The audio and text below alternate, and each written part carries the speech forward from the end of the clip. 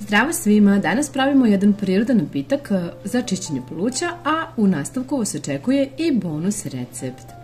Potrebno nam je za ovaj napitak banana koju ćemo da oljuštimo.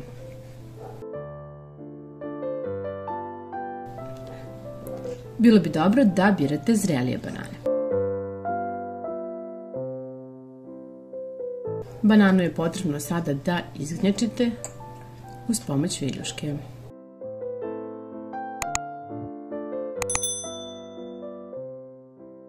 Prokuvajte vodu pa prelijte bananu. Promešajte sve, a zatim ostavite da odstoji nekih 15 minuta. Evo, nakon 15 minuta potrebno je da se ova smesa procedi.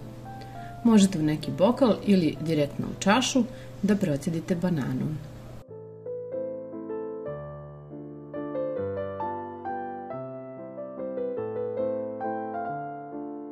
Za ovaj recept nam je potrebna tečnost, a ovaj pire od banane nam nije potreban.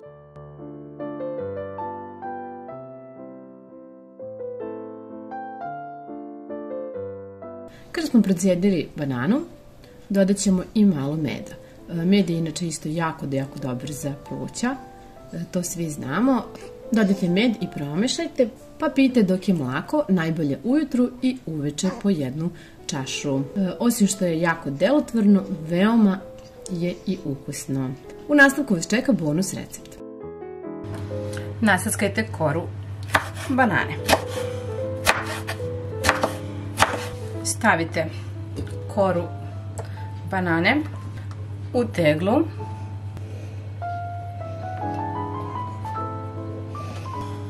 Pa nalijte vodu.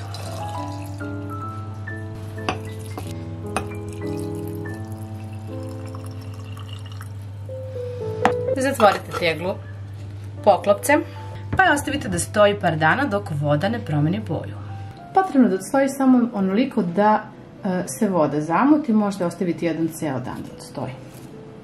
Čistu teglu, pa stavite cediljku i procedite ovu tečnost.